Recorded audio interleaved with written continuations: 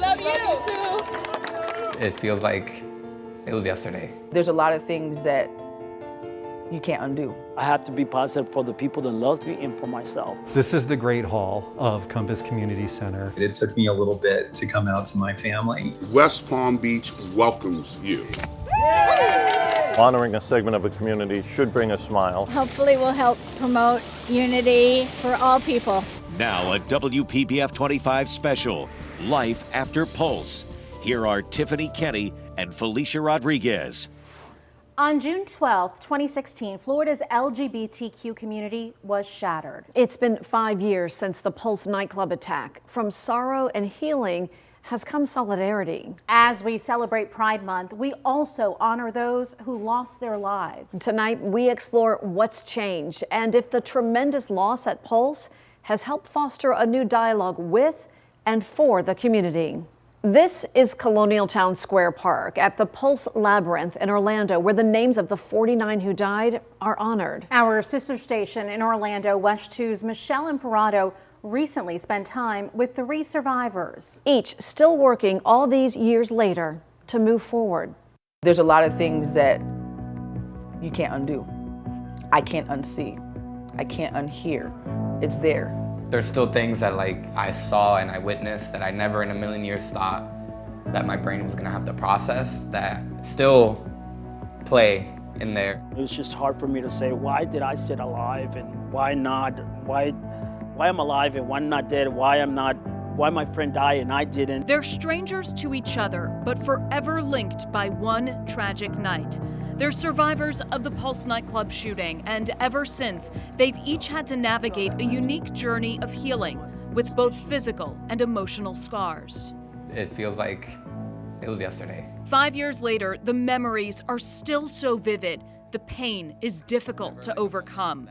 Becoming who he is today hasn't been easy for Norman Casiano Mojica. I feel like my biggest moment in the 5 years has been getting this apartment and living on my own, because prior to that, I felt like I wasn't in control. Norman was shot twice in the back at Pulse. He lived because he crawled out of the club's front door. Without my mom and my dad, I honestly don't know where I would be. Norman lived with his parents for years after Pulse. At first, because he couldn't take care of himself during his excruciating physical recovery. But he stayed because coping with the trauma and all of the loss he's endured affected every aspect of his life. Just the surviving part is, I feel, one of the hardest things that I've had to go through. These past 5 years, just learning how to survive in the world now with the way that the situation left us. Permanent nerve damage, PTSD, depression, anxiety, and survivor's guilt. I'm stuck in that loop of something is gonna happen.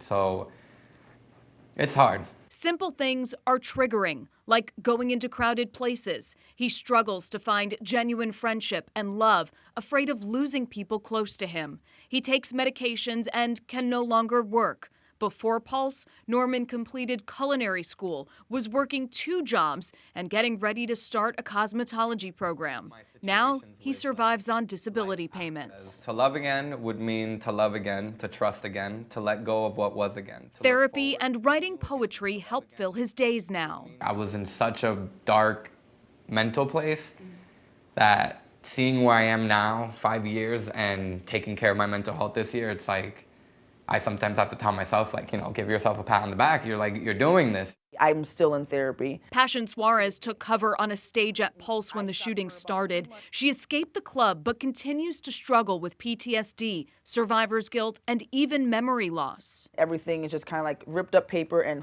blown in the wind, and I'm trying to catch it to put it all back together. I would say that from June 12, 2016, to now, I would say I'm probably about 60 to 70% put back together. Before Pulse, Passion was a bartender. After, she couldn't step foot in a bar. It was all too traumatic. And for the first time in her life, she needed assistance from others. I kind of had to put my tail between my legs and go, hey, you don't have any money right now. You don't have any income right now. Accept this help. Because I'm always helping, accept this help. So I did. And you know, it was a lot. It was a lot to understand. I am brilliant. Affirmations help her get through the days and nights, and so does her son, Lorenzo. Early on in his life, he had to learn how to love me more because mommy was distraught and stressed a lot of days. And he knows, like, if I get anxious, there's this little heart, and it has a rainbow on it, and it's like the squishy stress balls. And if I'm stressed, he'll just come and he'll sit next to me and he'll give it to me and he'll rub me and be like, "Mommy, it's okay," you know, and we'll pray together. Just a baby then, her boy is now 7, and Passion knows he's the only reason she made it out of Pulse alive. And he's the reason she continues to work towards reclaiming her life. In 2018, Passion started her own cleaning company. I want to be a great role model for him. So when he, you know, sees me, he knows my mom busted her butt even after Pulse, after all the sadness and stuff, and she still got up every day and she still made sure I made it to school and made sure I had breakfast, lunch, and dinner. No matter who she had to get the money from or the food, I made it happen. You said before you're about 60 to 70% healed or complete. Do you ever think you'll be 100%? That's my hope. That's my hope. The next 5 years that I could be at a place in my life where talking up about Pulse won't bring tears to my eyes. It won't bring sadness to my heart, and I will get over that survivor's guilt. They couldn't understand how I was still alive. I still had a pulse. Leo Melendez was shot in the head, the elbow, and the leg inside Pulse nightclub. 3 weeks in a coma, dozens of surgeries, hearing and vision loss. Leo had to learn to walk again. Therapy he's still in today, but Leo says he chooses to focus on all of the good things in his life. I'm like, I don't have no other choice. Think about it. I said, if I don't have that positive inside of me, I will literally just, you know, unravel like completely. So I have to have that. And I put myself in my brain, I have to be positive. I have to be positive for the people that love me and for myself. Leo lives for his daughter Bella and for his friend Javier Jorge Reyes, who was by Leo's side and lost his life inside Pulse. The pair were co-workers at the Gucci store at the mall at Millennia. Leo is grateful the company held a position for him for 2 years while he recovered. But it's not lost on Leo. His life could have been different. I could be doing better financially wise. I could have a better position. I could have, you know, making more money, if you want to say. But due to the lack of the handicap place that I am now, even though I don't want to put myself as a handicapped person, but I am. I mean, I cannot hear 100%. I cannot run anymore. So I cannot do things that normal other person can do. So all that put a setback to you as a person in the things you want to accomplish. Leo says he has closure thanks in part to 6 months of mental health counseling. It was therapy to help me to reassure that what happened was, it was not under my, you know, my fault. It was not my fault at all. Survivors of the attack have been offered a lifetime of mental health assistance. It's coordinated through the Orlando United Assistance Center, connecting anyone touched by Pulse with counseling. The goal for survivors like Norman, Passion, and Leo to shed the guilt and trauma and build back a full life after Pulse. I keep going forward, just forward, smile and say, I'm gonna be good, I'm gonna be okay. I have to remind myself that I'm here, I'm in the present, and it's okay to feel like this because I'm so down on myself of feeling sad. Like, I'm like, Passion, you can't, you have to be strong, you have to be strong. And I do, but it's okay for me to feel sad, just not wallow in it. I think about my friends. I think about like the fact that they passed and that I want to make them proud. I want them to be able, wherever they are, to be able to see it. And I'm getting a little emotional, but for them to be able to see like that those of us that did survive, we deserved to survive, and we're doing what we can with it for them. For Life After Pulse, I'm Michelle Imparato. Other communities in South Florida have experienced the same violence. Many hoped after Pulse there would be a change in Florida's gun laws and culture. Our sister station in Orlando, West 2's Greg Fox, has more on the politics of gun control. Love you. I love you. I love you. I love you. We love you too. Republican lawmakers essentially ignored the tragedy. Orlando lawmaker Carlos Guillermo Smith recalls what happened after Pulse. Nothing. nothing changed. Led by then Governor Rick Scott, the Republican-controlled legislature, backed by the National Rifle Association, quickly turned from acts of condolence to rejection of calls for a special session to address gun violence. Change did come to Florida gun laws 20 months after Pulse, when 17 were killed and 17 more wounded at Marjory Stoneman Douglas High School in Parkland. Why then, and not after Pulse? Some say it was because lawmakers were still in session. Others say it was more political. Governor Scott was running for U.S. Senate in a state that was changing from reliably Republican to a toss-up. But observers recall the big difference between Pulse and Parkland, the bitter reaction, the public protest of gun laws after the school shooting. The top 5 floors of the main Capitol were full to the brim with students, with parents of those students. That created an urgency. Legislation around firearms occurred in that session because both the pro-Second Amendment folks and the gun control folks all sat at the table and said, what can we do to fix this? The 2018 SAFETY Act delivered money to secure schools, permitted arming of school personnel, and created new mental health provisions to seize firearms. It also raised the age to purchase long guns from 18 to 21, required a 3-day waiting period for all guns, and banned the sale of bump stocks. I think a lot of political ambition went into the improvements we saw around gun safety legislation post-Parkland in 2018, but not a lot got done after Pulse, and still not enough has gotten done since Parkland. Brandon Wolf was inside Pulse when the shooting began. He now advocates for gun safety legislation.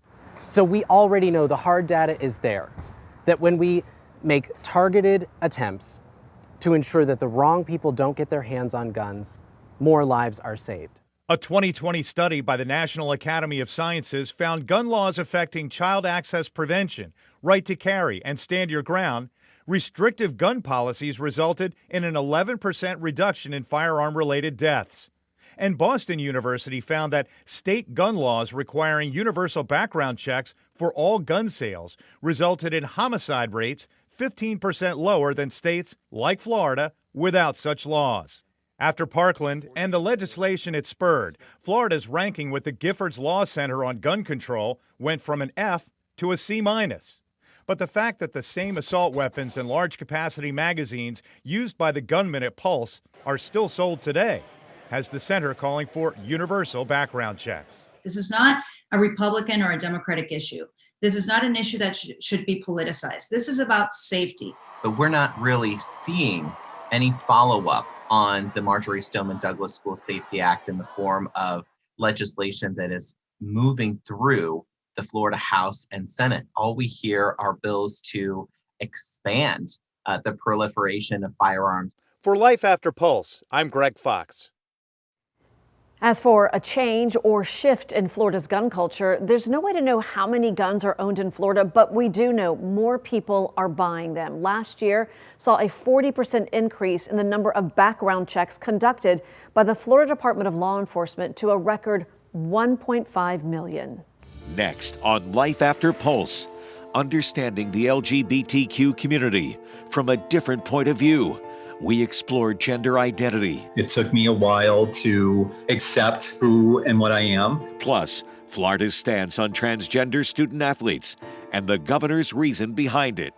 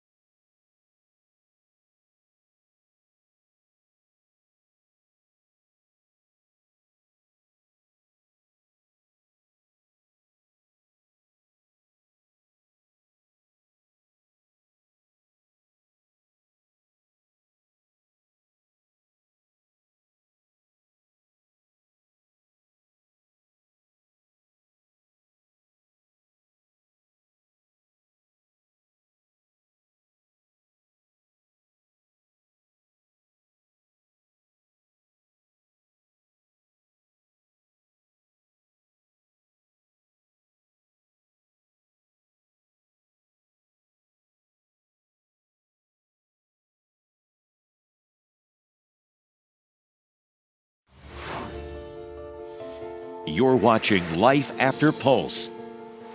Governor Ron DeSantis recently signed a bill limiting participation of transgender student athletes. The contentious Fairness in Women's Sports Act bans transgender females from playing on school teams designated for girls.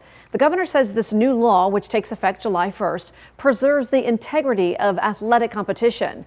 The Human Rights Campaign plans to file a lawsuit. Meanwhile, while we may typically think of pronouns tied to a male or female gender, in the LGBTQ community, that's not necessarily the case. No, I examine how people are using gender-neutral pronouns and why using someone's preferred one can help build better relationships, especially at work. This is where the youth who are part of the youth program can come in. They can hang out, they can be themselves as long as it's not during school hours. 42-year-old Michael Reardon identifies as a transgender woman. She was born a male, but from an early age knew she was different. It took me a while to accept who and what I am. And I'm a human being, but you know, it's not a common thing. And being a transgender woman it takes explaining. There's fear and anxiety, but it took me a little bit to come out to my family. But I have, and the reception I've gotten from all of them has been phenomenal, and it's allowed me to live a very full, complete life. Michael works for Compass in Lake Worth. For more than 30 years, the organization has helped empower lesbian, gay, bisexual, transgender, and queer people, as well as those impacted by HIV and AIDS in Palm Beach County. This is the Great Hall of Compass Community Center. Michael spends a lot of time educating the public on the LGBTQ community. Compass offers cultural competency training to businesses and universities. Gender identity is who you are on the inside, and sexual orientation is who you're attracted to. So in the community, we kind of say sexual orientation is who you go to bed with, and gender identity is who you go to bed as. A common question from these trainings: how do you refer to someone when you aren't sure of their gender? So a male identifying person tends to use he, him, his. Feminine or female identifying people prefer to use she, her, hers. And then non-binary people prefer to use they, them, theirs. Since non-binary people don't identify as male or female, they prefer to be referred to as they, them, or theirs. Using the correct pronouns is a huge piece of respect. It's an indicator of common decency, and it's part of our language. Now, understanding these pronouns can be tricky, but since it's considered a huge sign of respect in the office, you may want to pay close attention to conversations where they may be used. And look at those email signatures. Many people are updating their pronouns. And if you feel comfortable, you can always ask. Coming up on Life After Pulse, crossing barriers, using crosswalks, the first of its kind project in Palm Beach County.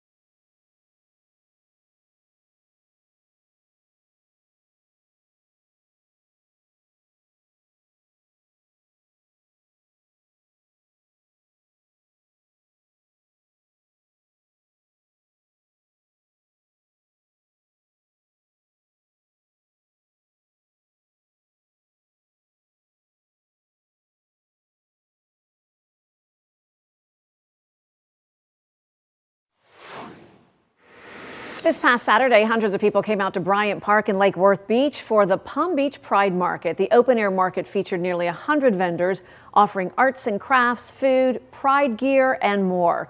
The nonprofit Compass has been putting on this event for years. They say it's the first in-person event they've been able to host since March of last year. We're trying to make up for last year since COVID was pretty much canceling everything. I feel like everybody's finally reuniting and actually appreciating one another. Our First Warning weather meteorologist, Chris Martinez, was there to help MC the event. WPBF 25 was a proud TV sponsor of Pride Market. And Palm Beach County's first Pride Rainbow Crosswalk was just recently unveiled. Oh, and it looks good too. The crosswalks are in Northwood Village at the intersection of Northwood Road and Spruce Avenue. Boynton Beach and Delray Beach will also be installing their own LGBTQ Pride crosswalks this month. Ahead, the local city shining bright, where you can see these lights now center stage.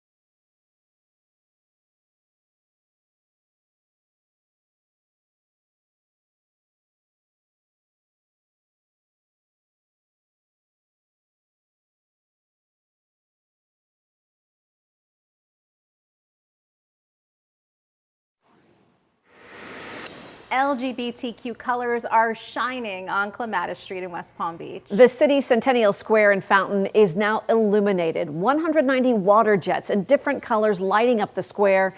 Neighboring buildings will also feature pride colors throughout the month.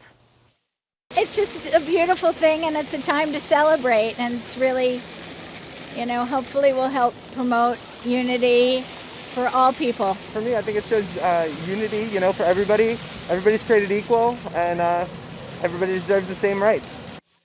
The Palm Beach County Human Rights Council says the fountain and light installation is the first of its kind in Florida.